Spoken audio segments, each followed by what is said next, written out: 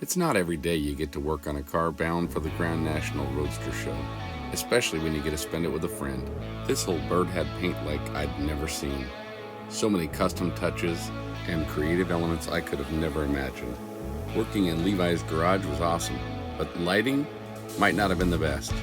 So I brought along the Flamethrower. With its dual 800 lumen lights and ability to move that light anywhere I needed it, I could see every imperfection as we polished that PPG finish to a Grand National perfection. I had also just installed the Buff Brite Skinz to my Rupes dual action polisher.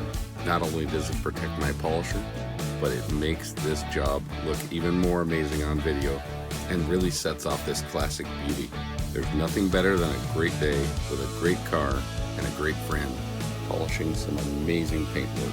Check us out today at buffbrite.com.